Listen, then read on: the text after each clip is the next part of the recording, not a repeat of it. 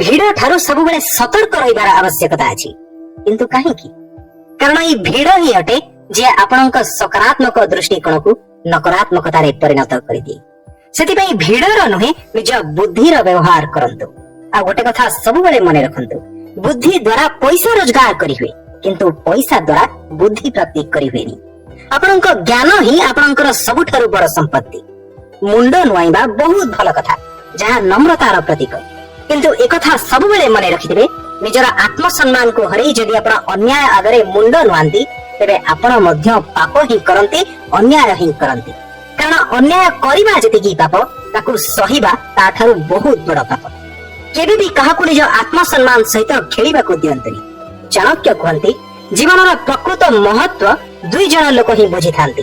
ପ୍ରଥମ, ଯେଉଁମାନଙ୍କର ବୟସ ଅଧିକ, ଏବଂ ଦ୍ୱିତୀୟ, ଯେଉଁମାନେ କମ ବୟସରୁ ହିଁ ଜୀବନର ଭିନ୍ନ ଭିନ୍ନ ସ୍ତରକୁ ଦେଖିଛନ୍ତି। ବନ୍ଧୁ, ପାଣିରେ ବୁଡିବା ଦ୍ୱାରା କାହାର ମୃତ୍ୟୁ ହୋଇନଥାଏ। ପାଣିକୁ ତ ତୁଚ୍ଛାଟାରେ ହିଁ ବଦନାମ କରାଯାଏ। ମୃତ୍ୟୁ ତ ସେତେବେଳେ ହୁଏ ଯେତେବେଳେ ବୁଡିବା ଲୋକକୁ ପହଁରିବା ଆସିନଥାଏ। ଠିକ ସେଇ ପ୍ରକାର ଖରାପ ପରିସ୍ଥିତି ଆମ ଜୀବନରେ ସମସ୍ୟା ହୋଇନଥାଏ। ସମସ୍ୟା ତ ସେତେବେଳେ ହେଇଥାଏ ଯେତେବେଳେ ଆମେ ସେ ସମସ୍ୟାକୁ ସମାଧାନ କରିବାରେ ବିଫଳ ହୋଇଥାଉ। ଏହା ସାମାନ୍ୟ ଅପ୍ରିୟ ଲାଗିପାରେ, କିନ୍ତୁ ଏହା ହିଁ ସତ୍ୟ। ଜୀବନ ସେତେବେଳେ କଠିନ ଲାଗିବାକୁ ଲାଗେ ଯେତେବେଳେ ଆମେ ନିଜକୁ ପରିବର୍ତ୍ତନ କରିବା ବଦଳରେ ପରିସ୍ଥିତିକୁ ପରିବର୍ତ୍ତନ କରିବାର ଚେଷ୍ଟା କରିଥାଉ। ସେଥିପାଇଁ ପରିସ୍ଥିତିକୁ ବଦଳିବା ପରିବର୍ତ୍ତେ ନିଜକୁ ବଦଳାନ୍ତୁ, ଖୁସିରେ ରହିବେ। ଭଗବାନ ସମସ୍ତଙ୍କୁ ଗୋଟେ ମାଟିରେ ହିଁ ଗଢିଛନ୍ତି। ବାସ୍ ଫରକ ଏତିକି ଅଛି, କେହି ବାହାରୁ ସୁନ୍ଦର ହୋଇଥାନ୍ତି ତ କେହି ଭିତରୁ। ସେଥିପାଇଁ କୁହାଯାଏ, ସୌନ୍ଦର୍ଯ୍ୟର ପରିଚୟ ଦେଖିବା ବାଲା ଲୋକର ଦୃଷ୍ଟିକୋଣରେ ହିଁ ଥାଏ। ଠିକ ସେଇ ପ୍ରକାର ମଣିଷର ପରିଚୟ ତାର ଅନୁଭବ ଦ୍ୱାରା ହିଁ ହୋଇଥାଏ। ଜୀବନରେ ଆପଣଙ୍କୁ ଉଚିତ ମାର୍ଗ ଦେଖେଇବା ପାଇଁ ଯଦି କେହି ପ୍ରକୃତ ମିତ୍ର ଆପଣଙ୍କର ଥାନ୍ତି, ତେବେ ସେ ହେଉଛି ଆପଣଙ୍କର ଅନୁଭବ। ଏହି ଅନୁଭବ ଭଲ ବି ହେଇପାରେ ଏବଂ ଖରାପ ବି। ଭଲ ଅନୁଭବ ସୁଖ ଦେଇଥାଏ ଏବଂ ଖରାପ ଅନୁଭବ ଶିକ୍ଷା ଦେଇଥାଏ।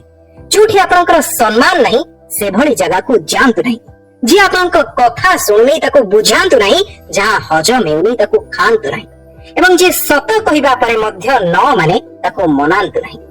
ଯଦି ଆପଣ କିଛି ଶିଖିବାର ଇଚ୍ଛା ରଖୁଛନ୍ତି ବା ଘରୁ ବାହାରକୁ କୌଣସି ଶିକ୍ଷା ପ୍ରାପ୍ତି ପାଇଁ ଯାଉଛନ୍ତି, ତେବେ ନିଜର କ୍ରୋଧ ଏବଂ ଅହଙ୍କାରକୁ ଘରେ ଛାଡିକି ହିଁ ଯାଆନ୍ତୁ। କାରଣ ମନେ ରଖନ୍ତୁ, କ୍ରୋଧ ବା ରାଗ ପ୍ରକାଶ କରିବା ପାଇଁ କିଛି କ୍ଷଣ ହିଁ ଲାଗେ, କିନ୍ତୁ ସେଇ କିଛି କ୍ଷଣର ପ୍ରଭାବ ସାରା ଜୀବନ ଆପଣଙ୍କ ଉପରେ ପଡେ। ରାଗରେ କହିଥିବା ଗୋଟେ ମାତ୍ର କଠୋର ଶବ୍ଦ ଆପଣଙ୍କ ଜୀବନ ସାରା କହିଥିବା ମିଠା ଶବ୍ଦକୁ ଗୋଟେ ମୁହୂର୍ତ୍ତରେ ହିଁ ବିଷରେ ପରିଣତ କରିଦିଏ ଏବଂ ହେଇପାରେ ସାରା ଜୀବନ ପାଇଁ ଆପଣଙ୍କ ସମ୍ପର୍କକୁ ନଷ୍ଟ ମଧ୍ୟ କରିଦେଇପାରେ। ବନ୍ଧୁ, ଜୀବନରେ ସଫଳତା ଆପଣଙ୍କର ଅବସ୍ଥା ଦେଖି ନୁହେଁ, ପରିଶ୍ରମର ବ୍ୟବସ୍ଥା ଦେଖି ଆସିଥାଏ। ପ୍ରତ୍ୟେକ ଲୋକଙ୍କୁ ଭଲ ଭାବିବା ଛାଡି ଦିଅନ୍ତୁ, କାରଣ ଆଜିର ଦୁନିଆରେ ଲୋକ ଭିତରୁ ସେମିତି ହେଇନଥାନ୍ତି ଯେମିତି ସେ ଉପରୁ ଦେଖାଯାଆନ୍ତି। ପ୍ରତ୍ୟେକ ମଣିଷ ନିଜ ଅହଙ୍କାର ନିଜର ଭଲ ସମୟରେ ହିଁ ଦେଖେଇଥାଏ, କିନ୍ତୁ ସେ ଅହଙ୍କାରର ପରିଣାମ ତାକୁ ତାର ଖରାପ ସମୟରେ ହିଁ ଦେଖିବା ପାଇଁ ପଡିଥାଏ। ସେଥିପାଇଁ କେବେ ବି ନିଜର ଭଲ ସମୟରେ ଅହଙ୍କାର କରନ୍ତୁନି, କାରଣ କେହି ବି ଜାଣନ୍ତିନି ସମୟ ଚକ୍ର କେବେ କେମିତି ଏବଂ କେଉଁ ଭଳି ପରିସ୍ଥିତିରେ କଡ଼ ଲେଉଟା ଦେବେ। ମନେ ରଖନ୍ତୁ, ଯେଉଁ ବ୍ୟକ୍ତି ଆପଣଙ୍କ ଖରାପ ସମୟରେ ଆପଣଙ୍କର ହିଁ ଭୁଲର ହିସାବ ଦେବାରେ ଲାଗେ, ସେଭଳି ସ୍ୱାର୍ଥପର ଲୋକଠାରୁ ସବୁବେଳେ ଦୂରରେ ରୁହନ୍ତୁ। ଏବଂ ଯଦି ଆପଣ ନିଜ ରହସ୍ୟ ପ୍ରତ୍ୟେକ ଲୋକଙ୍କ ଆଗରେ କହିବେ, ତେବେ ନିଶ୍ଚିତ ହିଁ ଭବିଷ୍ୟତରେ ଆପଣ ସେମାନଙ୍କ ଦ୍ୱାରା ନିୟନ୍ତ୍ରିତ ବା ପୀଡିତ ହେବେ। ଗୁରୁ କେବଳ ଶିକ୍ଷା ହିଁ ଦେଇପାରିବେ, କିନ୍ତୁ ସେ ଶିକ୍ଷାର ଉପଯୋଗ କେମିତି କରିବା ପାଇଁ ହେବ, ତାହା ସମ୍ପୂର୍ଣ୍ଣ ରୂପେ ଆପଣଙ୍କ ଉପରେ ହିଁ ନିର୍ଭର କରେ। ଯେ ଅନ୍ଧ ହୋଇଥାନ୍ତି, ତାଙ୍କୁ ସଂସାରର କିଛି ଦୃଶ୍ୟ ଦେଖାଯାଏନି, କିନ୍ତୁ ଯେ ଅହଙ୍କାରରେ ବୁଡି ଅନ୍ଧ ହୋଇଥାନ୍ତି, ତାଙ୍କୁ କେବେ ବି ନିଜ ଭୁଲ ଦେଖାଯାଏନି। ଏବଂ ଯେଉଁ ବ୍ୟକ୍ତି ଧନ ସମ୍ପତ୍ତି ଉପରେ ଲୋଭ ରଖିଥାନ୍ତି, ତାଙ୍କୁ କେବେ ଖରାପ କାମରେ ଥିବା ପାପ ଦେଖାଯାଏନି। ଜୀବନରେ ନିଜକୁ ଖୋଜିବା ପାଇଁ ଚେଷ୍ଟା କରନ୍ତୁ, ନଚେତ ସାରା ଜୀବନ ଅନ୍ୟର ରାୟ ବା ଉପଦେଶ ଉପରେ ନିର୍ଭର ହେବା ପାଇଁ ପଡିବ। ନିଜକୁ ଖୋଜିବାର ଅର୍ଥ ହେଉଛି ଦୁନିଆକୁ ବୁଝିବା ପୂର୍ବରୁ ପ୍ରଥମେ ନିଜକୁ ଭଲ ଭାବରେ ବୁଝିବା ଏବଂ ନିଜକୁ ବୁଝିବା ପାଇଁ ନିଜର ସମ୍ପୂର୍ଣ୍ଣ ଊର୍ଜା ଲଗାଇଦେବା। ଯଦି ଆପଣ ନିଜକୁ ଖୋଜି ପାଇଯିବେ ବା ନିଜକୁ ଭଲ ଭାବରେ ବୁଝି ପାରିବେ, ତେବେ ଆପଣଙ୍କୁ ଜୀବନରେ ସଫଳ ହେବାରେ କେହି ବି ଅଟକାଇ ପାରିବେନି। ମଣିଷକୁ ଶସ୍ତ୍ର ଏବଂ ଶାସ୍ତ୍ର ଦୁଇଟି ଯାକ ଜ୍ଞାନ ଆହରଣ କରିବାର ଆବଶ୍ୟକତା ଅଛି। କହିବାର ଅର୍ଥ, ମଣିଷ ପାଖରେ ଜ୍ଞାନ ସହିତ ଶାରୀରିକ ବଳ ମଧ୍ୟ ରହିବା ନିହାତି ଆବଶ୍ୟକ, ଯାହାଦ୍ୱାରା ସେ ପ୍ରଥମେ ନିଜର ରକ୍ଷା କରିବା ପରେ ହିଁ ଅନ୍ୟମାନଙ୍କର ରକ୍ଷା କରିପାରିବ।